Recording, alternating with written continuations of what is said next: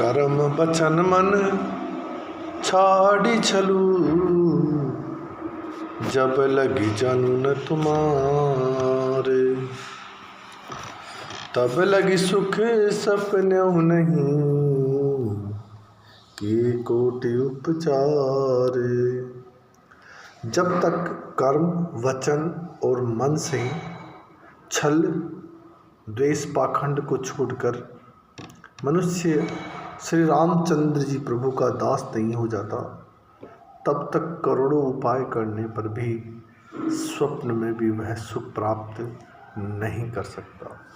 भारद्वाज मुनि के पास जब भगवान पहुँचे हैं वन में, तो भारद्वाज मुनि ने श्री रामचंद्र जी से कहा है कि हे भगवान, आपकी महिमा इतनी महान है कि कोई भी व्यक्ति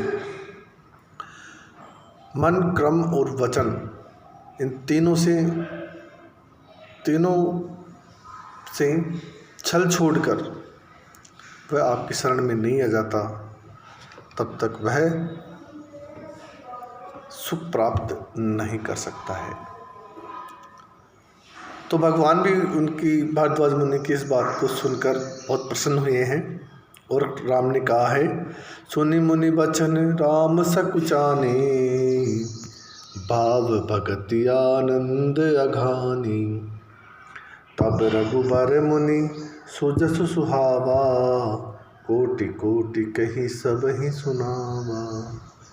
तो भगवान भी मुनि की वचन सुनकर उनके भाव भक्ति के कारण आनंद से बहुत तृप्त हो चुके हैं और श्री रामचंद्र जी सकुचा से गए हैं एक तरह से। तब सब ऐश्वर्य को छिपाते हुए श्री रामचंद्र जी ने भारद्वाज मुनि का सुंदर सुयस करोड़ों अनेक प्रकार से कहकर सबको सुनाया है। और भगवान ने कहा है, सो बड़ सो सब गुरगन गेहूँ, जय मुनीस तुम आदर देहूँ। मुनि रघुबीर परस पर नवहीं, बचन गोचर सुख अनुभवहीं। बड़ा आनंदित करने वाला दृष्टांत है। हे मुनीश्वर, जिसको आप आदर दे वही बड़ा हो जाता है, वही सब गुण समूहों का घर है। इस प्रकार श्री रामचंद्र जी और मुनि भारद्वाज दोनों परस्पर विनम्र हो रहे हैं और अनवर्चनीय सुख का अनुभव कर रहे हैं।